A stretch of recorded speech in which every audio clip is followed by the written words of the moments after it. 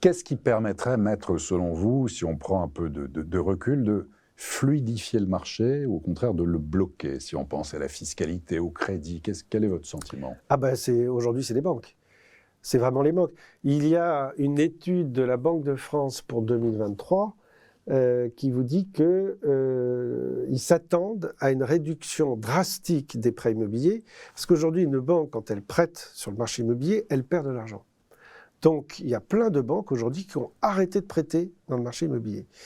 Et donc, on le voit, c'est pas forcément les taux d'usure, oui, bien sûr, mais c'est un prétexte. C'est-à-dire que les banques, aujourd'hui, elles sont obsédées par une seule chose, c'est reconstituer leurs fonds propres et aller se financer sur le marché en ce moment, ça coûte trop cher et je perds de l'argent. Donc, on peut s'attendre, malheureusement, c'est en 2023, puisque c'est un peu le but de la question, à une mauvaise année, vraiment une mauvaise année, si les banques n'ouvrent pas un peu les robinets. Et aujourd'hui, les robinets ne sont pas du tout ouverts. Donc, c'est vrai, on se dit c'est le taux d'usure. Alors, c'est génial, maintenant le taux d'usure, il est remis à jour. 4% à partir de mars. Oui, puis tous les mois. Donc ouais. Ça, on l'avait demandé, ça c'est très très bien. Le gouvernement nous a entendus, c'est bien. Enfin, c'est la Banque de France qui bloquait. Mais par contre, les banques ne suivent pas. Aujourd'hui, on a un curieux phénomène aujourd'hui, beaucoup de rétractation. C'est-à-dire qu'avant, quelqu'un qui se rétractait, c'était « oui, je suis allé sur un coup de cœur, et puis tout bien réfléchi, ça fait 2 nuits que je ne dors pas, je me rétracte. » Bon, mais là, ce n'est pas du tout ça. Les gens vont voir leur banquier, avec leur salaire et autres, et on dit « bon, voilà, on a trouvé une maison ou un appartement à tel prix, est-ce que ça passe ?» Oui, ça passe. Ils signent la promesse. Ils vont la semaine d'après chez le banquier, et leur banquier leur dit « non, ça ne passe plus. Ah ouais. » Et c'est des rétractations, mais à 10 ou 15 jours près. Donc, des changements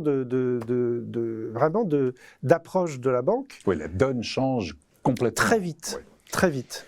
En conclusion, pour terminer, vos conseils pratiques, maître de Le Salle, quand on veut aujourd'hui justement acheter ou vendre un bien immobilier, les conseils pratiques. En quoi faut-il être particulièrement attentif aujourd'hui? Votre marché, de toute façon...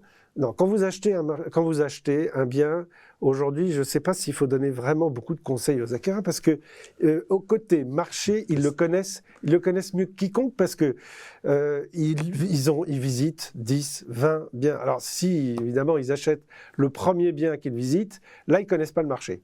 Donc là, je pourrais leur dire, attendez, voilà, méfiez-vous, vous êtes peut-être en train d'acheter trop cher ou pas au bon prix en tout cas, mais ceux qui visitent depuis 2-3 mois, ils connaissent parfaitement le marché. Cela, je n'ai pas de conseil sur le prix.